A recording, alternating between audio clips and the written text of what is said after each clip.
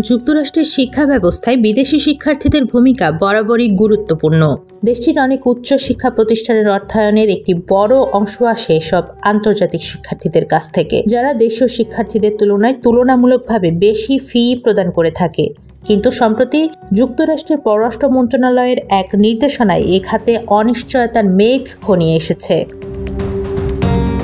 মার্কিন পররাষ্ট্রমন্ত্রী Marco Rubio ২৭ মে মঙ্গলবার বিশ্বের বিভিন্ন দেশে অবস্থিত যুক্তরাষ্ট্রের কূটনৈতিক মিশনগুলোতে এক বিশেষ নির্দেশনা পাঠান।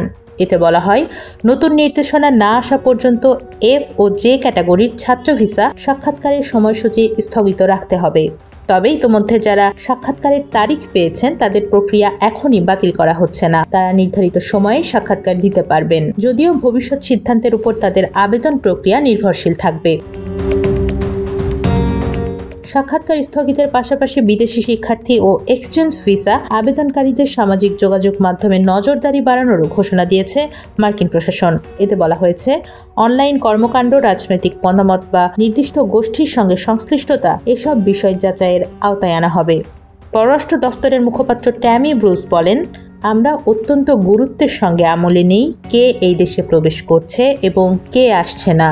ভিসা যাচাই বাছাই প্রক্রিয়ায় সেই নীতি অনুসরণ করা হবে। বিশ্লেষকরা বলছেন, অভিবাসন ও বিশ্ববিদ্যালয় নীতিতে এই কঠোরতা মূলত ট্রাম্প প্রশাসনের অভ্যন্তরীণ রাজনৈতিক অবস্থান থেকে উৎসারিত। ডোনাল্ড ট্রাম্প মনে করেন, যুক্তরাষ্ট্রের নামকরা বিশ্ববিদ্যালয়গুলো বামপন্থী চিন্তাধারাকে প্রশ্রয় দিচ্ছে এবং কিছু ক্ষেত্রে ইহুদি বিরোধিতাও সহ্য করছে। হার্ভার্ড বিশ্ববিদ্যালয় এই সমালোচনার অন্যতম শিকার।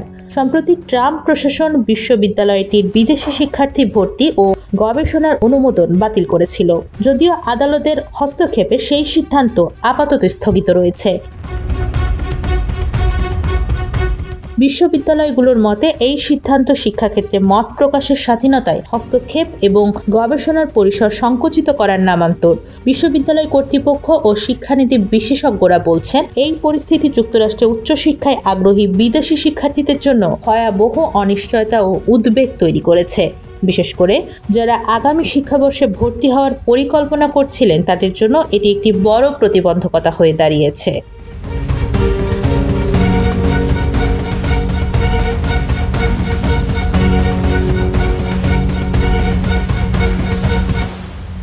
সংবাদ, ফিচার ও অনুষ্ঠানের জন্য ভিজিট করুন সংবাদ প্রকাশের ওয়েবসাইট এবং যুক্ত থাকুন ফেসবুক পেজ ও ইউটিউব চ্যানেলের সঙ্গে।